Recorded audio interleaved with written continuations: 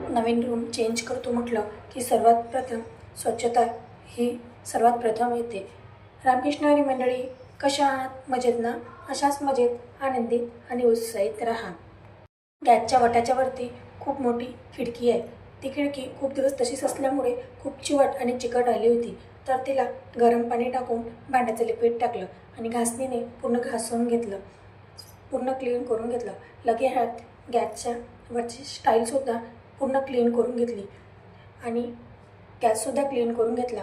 गॅसचा वटासुद्धा पूर्ण खूप दिवस तसाच असल्यामुळे तोसुद्धा खूप चिकट आलेला होता आणि थोडा मैसर दिसत होता.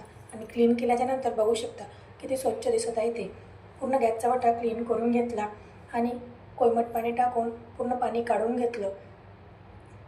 इथे बघू शकता हे स्टिकर आहे. माझ्या आधी इथे कोणीतरी देवाची मांडणी केलेली असावी. आपला गॅसचा वटा हा पश्चिम दिशेने आहे आणि बघू शकता पूर्ण गॅसचा वटा मी क्लीन करून घेतला. सुक्या कापडाने पुसून घेतला. आधी पाणी काढून घेतलं आणि नंतर मग सुक्या कापडाने पुसून घेतला.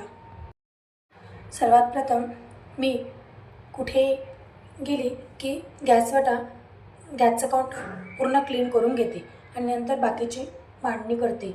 इथे बघू शकता गॅस पूर्ण पाण्याने धुवून घेतला, घासून घेतला आणि नंतर धुवून घेतला, सुक्या कापडाने पुसून घेतला. आणि इथे नॅपकिन मी नेहमी ठेवते. आपला ड्रेसचा भाग जो आहे तो बेकार होत नाही. गॅस वटाच्या दोन्ही साईडनं असं फर्निचर आहे, त्यामुळे माझं सामान व्यवस्थित मावलं.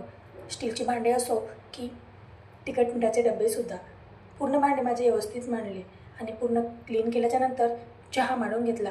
या तुम्हीसुद्धा चहा प्यायला. असा होता हा व्हिडिओ. कसा वाटला नक्की कमेंट बॉक्समध्ये कमेंट करून सांगा ताईंनो. आवडला असेल एक लाईक नक्की द्या. चॅनलवर नवीन असाल तर चॅनलला सबस्क्राईब करा, घंटेचे बटन प्रेस करा. अशाच नवनवीन व्हिडिओसोबत भेटू.